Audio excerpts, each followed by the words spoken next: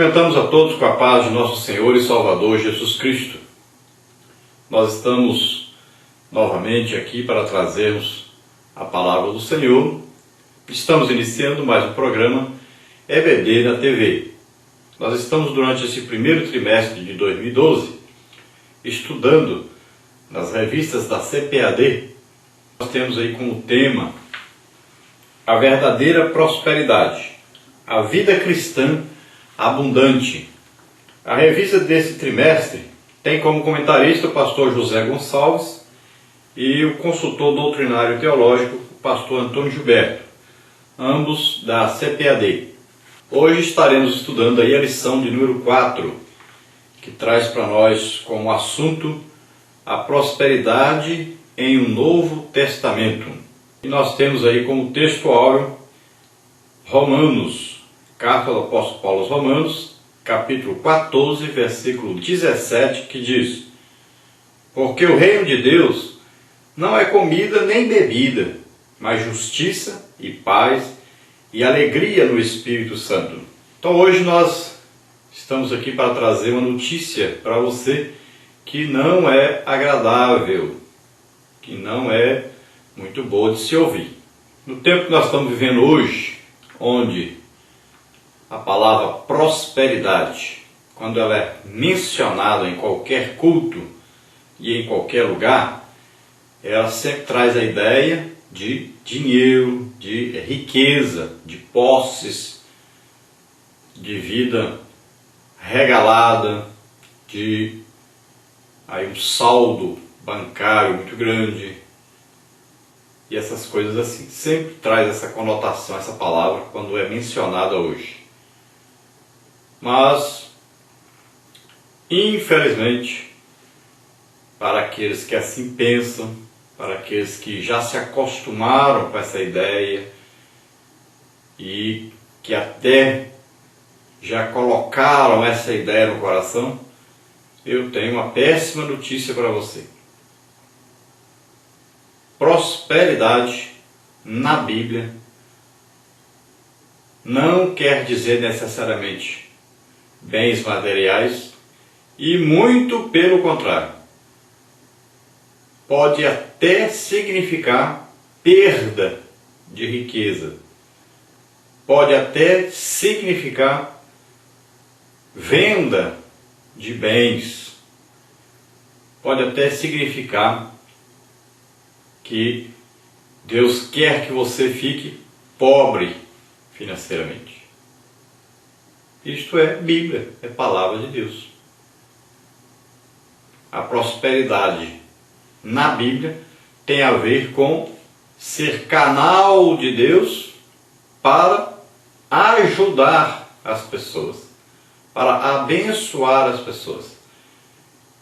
Talvez o maior exemplo na Bíblia de um homem próspero seja Barnabé, que no início da igreja vendeu uma propriedade para depositar o valor dessa propriedade aos pés dos apóstolos, ou seja, entregou esse valor aos apóstolos para que eles distribuíssem aos pobres de Jerusalém, aos necessitados, aqueles novos convertidos que estavam precisando de ajuda.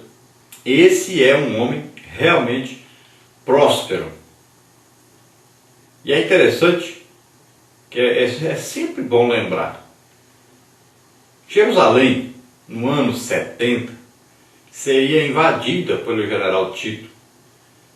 Todas as terras, riquezas, propriedades seriam tomadas à força. Então, quem não ajudou aos pobres, aos necessitados naquela época, acabou perdendo sua herança, sua fortuna, tudo que tinha depois.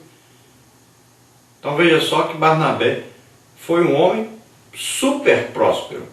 Ele foi capaz de vender propriedade dele para ajudar os necessitados. E ele conseguiu o que com isso? Um grande tesouro no céu. E lá, nem general Tito, nem ninguém poderia tomar esse tesouro dele. Ficou guardado lá. E um dia, quando Jesus Cristo vier buscar a igreja, vai acontecer o arrebatamento. E o Barnabé vai subir antes de nós que estamos vivos.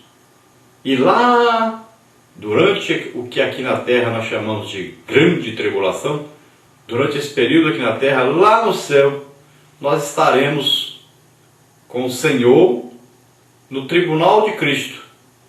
E lá estará o Barnabé. E ele será conhecido por todos, será apresentado. Aqui está um homem próspero. E aqui está o tesouro que ele acumulou aqui no céu. E lá ele vai receber o seu galardão. Você já parou para pensar nisso? Nós vemos aqui então o texto áureo. O reino dos céus não é comida nem bebida. Não é coisa material. Não é também coisa feita para agradar o corpo, a carne, aos desejos da carne. Nada disso. O reino de Deus é espiritual. O reino de Deus é milagroso. E o que existe nesse reino? Existe paz, mas não a paz dos homens, mas a paz com Deus. E essa paz é dada pelo próprio Deus. É um milagre de Deus essa paz. Também o reino de Deus é justiça, mas não é a justiça dos homens, mas a justiça de Deus que é aplicada a nós. Nós somos declarados justos porque estamos em Cristo, que deu a vida por nós, para nos justificar diante de Deus. É um milagre de Deus, a justificação. Essa justiça de Deus é aplicada. A justiça de Deus diz que o pecado deve ser punido. Então o pecado foi punido em Jesus. Então a justiça de Deus diz que se o nosso pecado foi punido através da morte de Jesus, se nós estamos em Cristo, nós somos então justificados. Nós somos aceitos como filhos de Deus. E o reino de Deus também é alegria no Espírito. E aqui letra maiúscula aqui. Aqui é Espírito Santo. É um milagre de Deus. É uma alegria que vem de Deus, não é uma alegria produzida por homem. Alguns perguntam assim, por que o crente gosta de cantar? Alguns dizem assim, porque é para se alegrar. Não. O crente canta porque ele é alegre. O Espírito Santo habita no crente. E por isso ele é alegre. É a presença de Deus que traz essa alegria. E isso é um milagre de Deus. O dia que nós aceitamos a Jesus como Senhor e Salvador, o Espírito Santo vem morar em nós e produz essa alegria que vem de Deus. A Bíblia diz, olha, a alegria do Senhor, não é a nossa alegria. A alegria do Senhor é a nossa força.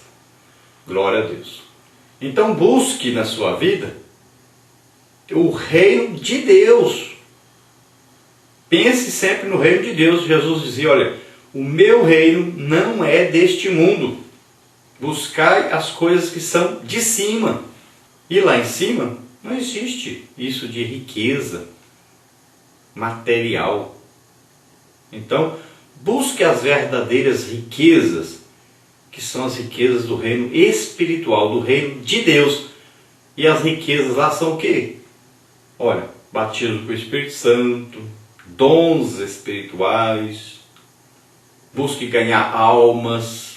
Então, busque produzir coisas para o reino de Deus e busque coisas que estão lá, que são para você, que estão lá disponíveis. Essas são as riquezas verdadeiras, as riquezas eternas. Busque a comunhão com Deus, busque a intimidade com Deus, busque a presença de Deus na sua vida, na sua casa, na sua família, busque no seu trabalho, em toda parte, busque a presença de Deus. Depois nós temos aí a nossa verdade prática, que diz o conceito de prosperidade em o Novo Testamento vai muito além de aquisição de bens terrenos. Ele está fundamentado nas promessas do reino de Deus na época vindoura. Então, no Novo Testamento, o conceito de prosperidade, ele não está vinculado à riqueza material. o vínculo maior dele, o objetivo maior desse conceito de prosperidade está sempre ligado às coisas espirituais, às coisas eternas, e não às coisas humanas, às coisas terrenas, às coisas materiais. Vamos ver a nossa leitura bíblica aí em classe, que está registrada na segunda carta do apóstolo Paulo aos Coríntios, capítulo 8, do versículo 1 ao versículo 9. Vamos ler então. Também, irmãos, vos fazemos conhecer a graça de Deus dada às igrejas da Macedônia. Como em muita prova de tribulação, houve abundância do seu gozo, e como a sua profunda pobreza superabundou em riquezas da sua generosidade.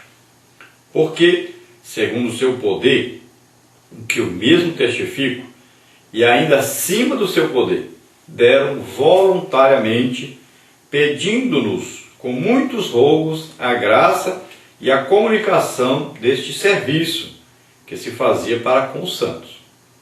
E não somente fizeram como nós esperávamos, mas também a si mesmos se deram primeiramente ao Senhor e depois a nós pela vontade de Deus. De maneira que exortamos a Tito que, assim como antes tinha começado, assim também acabe essa graça entre vós. Portanto, assim como em tudo sois abundantes na fé e na palavra e na ciência e em toda a diligência e em vosso amor para conosco, assim também abundeis nessa graça. Não digo isso como quem manda, mas para provar, pela diligência dos outros, a sinceridade do vosso amor, porque já sabeis a graça de nosso Senhor Jesus Cristo, que sendo rico, por amor de vós se fez pobre, para que, pela sua pobreza, enriquecêssemos. Glória a Deus. Aleluia. Veja bem, o apóstolo Paulo está aqui arrecadando donativos, ajuda para os cristãos que estavam na Judéia e estavam passando necessidade. E ele ficou admirado com a abundância, com a ajuda que esta igreja da Macedônia deu, sendo que eles eram pobres. Pelo que nós vemos no texto, esta igreja que era pobre deu mais do que a igreja de Corinto, que era rica. E Paulo diz, olha, Cristo sendo rico, sendo Deus, ele está dizendo que Jesus era rico materialmente. Jesus era filho de José, né, humanamente falando, e José era um carpinteiro pobre. Tanto é que ao apresentarem a Jesus no templo, ofereceram 2 rolas, que eram oferta de pobre. Se fossem ricos, ofereceriam gado ou carneiro, alguma coisa assim, segundo mandava a lei. Então eles não tinham condição financeira para ofertarem alguma coisa melhor. E nós podemos entender também que quando José foge para o Egito, ele ficou sem as ferramentas dele que ficaram na Galileia.